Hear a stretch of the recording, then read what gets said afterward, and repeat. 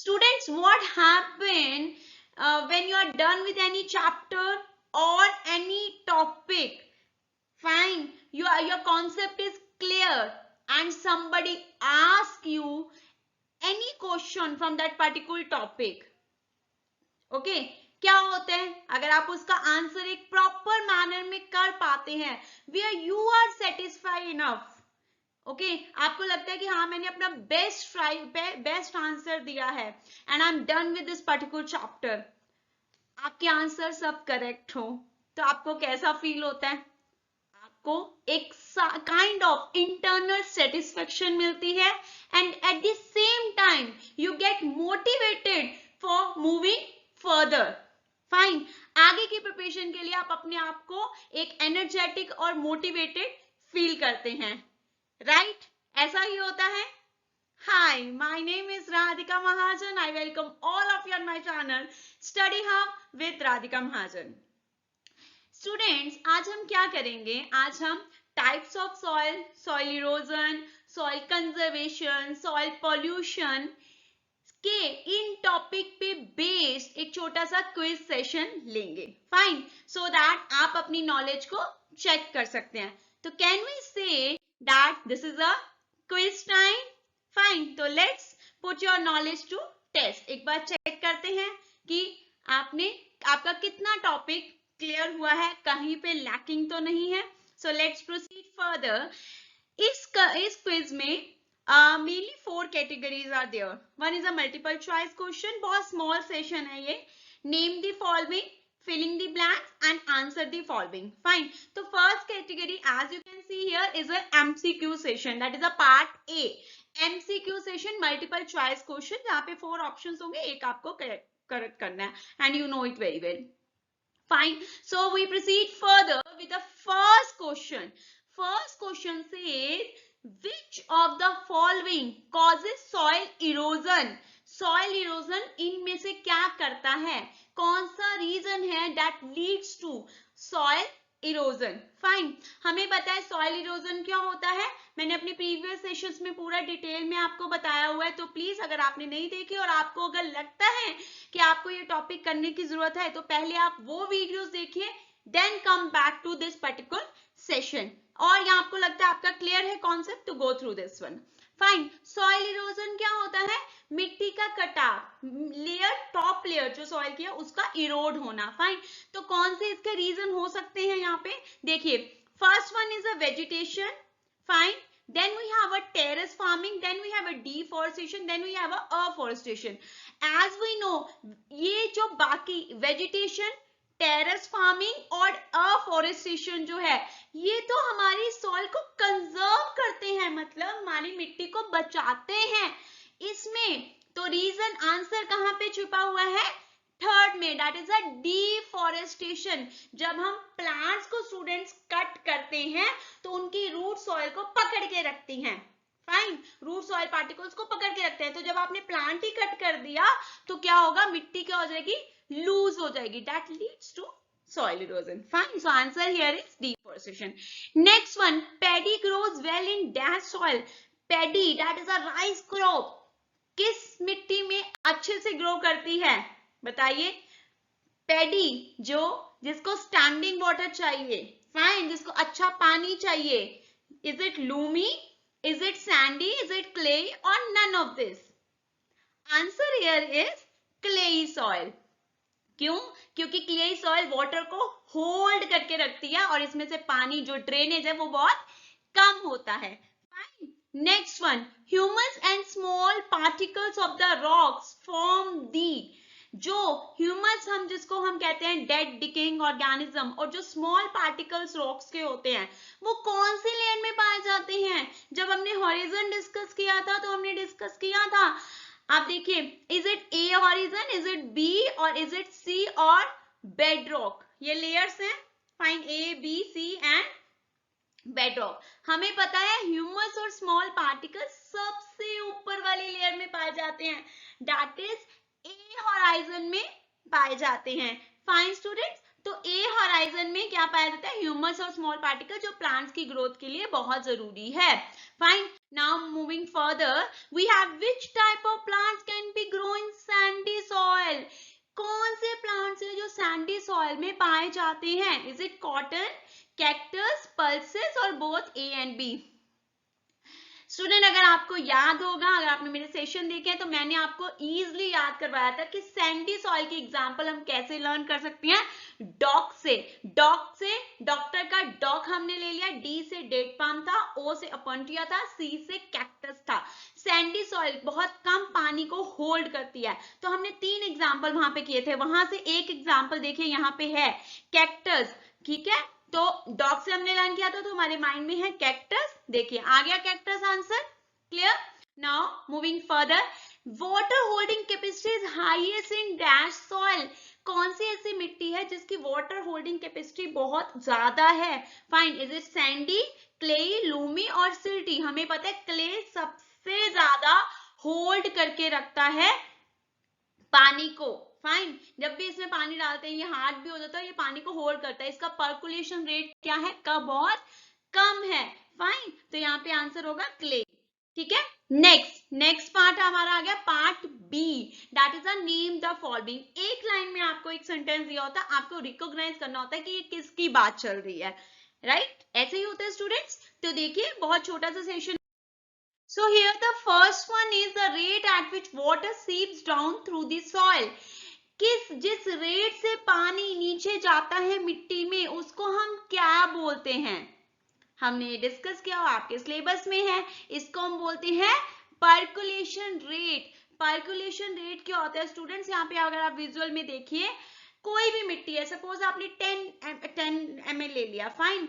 उस मिट्टी में से वो जो 10 ml वाटर है, वो किस रेट से नीचे जा रहा है, कितना, किस टाइम में, मींस टाइम को हम कंसीडर करते हैं। अगर आपने सपोज 20 ml लिया, आपने 20 ml ले लिया, फाइन, वो कितने टाइम में उसमें से सीप हो रहा है, इसको हमने पढ़ा था पर्कुलेशन रेट।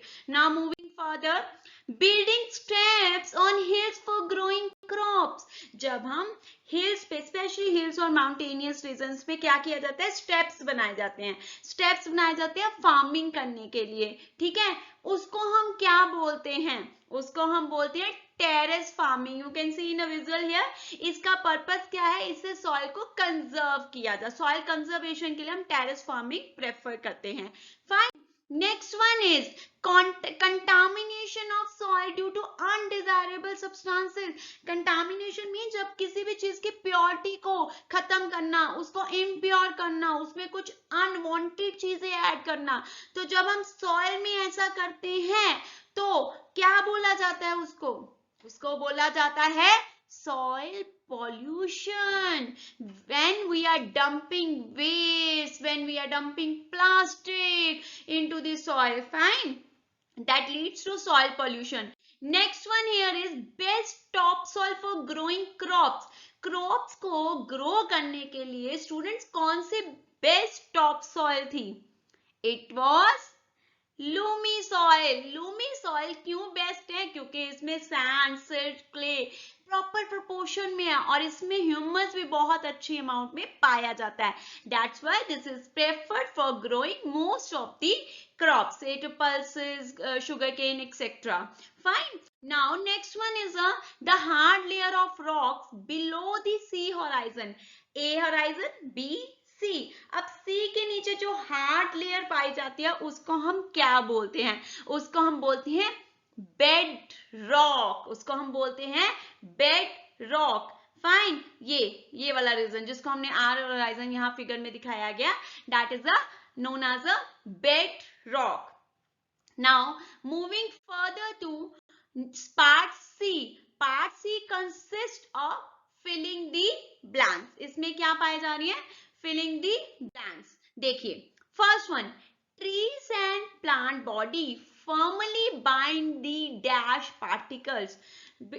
स्टूडेंट, जो ट्रीज होते हैं उनकी जो रूट्स हैं वो अब किसको, जो प्लांट बॉडी है उसको कौन बाइंड कौन करता है? कौन बाइंड करता है उसको? उसको बाइंड करते हैं, बताइए, आपको पता है, आपने कर रखा है, सॉइल पार्टिकल्स। सॉइल पार्टिकल्स क्या करते हैं? रूट्स को होल्ड करके रखते हैं। जहां पे हमने एक ये पढ़ा था ना उसका कि रूट स्ट्रेट खड़ी हो पाती है, that is anchoring the plant body. Fine, तो वो भी इसमें आ जाएगा आपका। Next, presence of dash makes the soil fertile. Very easy, क्या है मिट्टी में जो मिट्टी को फर्टाइल बनाता है? That is humus. ह्यूमस क्या करता है? मिट्टी को फर्टाइल बनाता है, जो टॉप लेयर में पाया जाता है। Next one here is soil can be conserve bye growing dash bed. यहां पे आ गया बेड्स, अगर नहीं होता तो आप कुछ भी बोल सकते थे। सॉइल को हम कंजर्व कर सकते हैं डैश बेड से। कुछ ध्यान में आया आपके? It is shelter belt. Shelter belt से हम सॉइल को कंजर्व कर सकते हैं। क्या करते हैं, जो फील्ड है उनकी बाउंड्रीज पे ट्रीज की ग्रोथ करवा देते हैं, ताकि जो एक पानी का बहाव या मिट्टी का मूवमेंट ऑफ विंड, उसको एक कट मिल जाए। फाइन, तो सॉइल का इरोजन कम होगा, मिट्टी का कटाव कम होगा। That's why shelter belts, cover crops वगैरह ये मेथड्स अपनाए जाते हैं। Next one here is dash soil have smallest soil particle. कौन सी ऐसी मिट्टी थी जब हमने टाइप्स ऑफ सॉइल किया था जिसका पार्टिकल साइज सबसे छोटा होता है? सबसे छोटा होता है क्लेई का, सबसे छोटा होता है क्लेई का। So answer here is clay. Next one, dash soil becomes very hard on drying. Means पानी मिलाया, पानी के बाद आप उसको छोड़ दें या उसको करें तो क्या होगा, पानी को वो पकड़ लेगी और ड्राई हो जाएगी। कौन सी ऐसी मिट्टी है? हमने नॉर्मली देखी भी होगी अपने आसपास। That is again a clayey soil. Clayey soil में क्या होता है, वो इकट्ठी हो जाती है। दैट्स व्हाई इट्स पॉटरी वगैरह में इसका यूज किया जाता है। Now moving further to next part, और we can say next topic, that is answer the following. That is a last मैंने यहाँ पे पार्ट लिया है जिसमें आपके कुछ क्वेश्चंस है जिनको आपने आंसर करना। अगर आपसे कोई डिटेल में पूछ लेता है या कोई डिफरेंस, तो आप यहाँ पे देखिए इसको। Why do plants grow well in loamy soil? हमें पता है प्लांट सबसे अच्छे से ग्रो करते हैं ल्यूमी सॉइल में। ऐसा क्यों होता है स्टूडेंट्स? क्योंकि लूमी सॉइल में क्ले, सिल्ट, सैंड सबका प्रोपोर्शन एक अच्छी क्वांटिटी में होता है। इसमें क्ले कम होता है, इसमें ह्यूमस ज्यादा होता है। फाइन, इसकी वाटर होल्डिंग कैपेसिटी और इसकी एयर होल्डिंग कैपेसिटी भी अच्छी होती है। मींस इसका जो एरिएटेड होती है ये सॉइल, तो प्लांट को पानी भी अच्छा मिलता है, प्लांट को एयर भी अच्छी मिलती है, ह्यूमस भी मिलता है, और बाकी सारे कंपोनेंट सैंड, क्ले वगैरह भी अच्छे से होते हैं। तो that's why Lumi soil is always preferred for growing most of the crops. Clear? Next, that is the second last question. List down two difference in between sandy soil and clay soil. Very easy, अगर आपने concept clear है आपका तो बता सकते हैं हम। Sandy soil students मैं यहाँ पे आपको डिस्क्राइब कर रही हूँ शॉर्ट फॉर्म में। सैंडी सॉइल क्या होती है? जिसमें से पानी नीचे चला जाता है, मतलब इसकी ड्रेनेज बहुत अच्छी होती है, ज्यादा होती है। तो क्या होता है, ये पानी को होल्ड नहीं कर पाती। ठीक है। On the other hand clay क्या करती है, पानी को होल्ड करके रखती है, तभी तो पॉटरी में यूज होते हैं। फाइन, अब सैंडी में क्या होता है, पार्टिकल साइज बड़ा होता है, क्ले में पार्टिकल साइज सबसे छोटा होता है। एक आप और बोल सकते हैं, सैंडी में पानी तो नीचे चला था पर एयर उसमें होती है। Clay is not aerated much, clay में एयर ज्यादा नहीं होती, क्योंकि जो स्पेस है वो पानी ने ले ली ना, तो एयर के लिए स्पेस ही नहीं बचा। सिंपल। तो यहाँ पे आप फिगर भी देख सकते हैं क्ले और सैंडी की। Now moving further to my last question, list two soil friendly practices. Soil friendly mean जब हम सॉइल को कंजर्व कर सकते हैं, जो सॉइल के लिए बेनिफिशियल हैं। देखो बहुत सारी प्रैक्टिसेस हैं पर जब हम पढ़ते हैं सिलेबस में, पर यहाँ पे दो ही मैंने आपके साथ मेंशन करी हूँ क्योंकि क्वेश्चन की डिमांड वही है। First is the crop rotation. Crop rotation means farmer क्या करते हैं, एक साल जैसे उन्होंने पल्सेस ग्रो कराए तो दूसरे साल फ्रूट्स ग्रो करवाएंगे, दूसरे तीसरे साल व्हीट ग्रो करवाएंगे। फाइन, तो क्रॉप को वैरायटी ग्रो करवाते हैं ताकि मिट्टी में जो न्यूट्रिएंट्स है वो प्रॉपर मिल सके हमारी क्रॉप को। फाइन, क्योंकि पल्सेस को कोई और न्यूट्रिएंट चाहिए और फ्रूट्स को कुछ और चाहिए, वेजिटेबल्स को कुछ और चाहिए। तो क्या है, हमेशा फार्मर क्या करता रहता है, अलग अलग क्रॉप्स को ग्रो कराते हैं ताकि जो मिट्टी में न्यूट्रिएंट वैल्यू है वो मेंटेन रहे।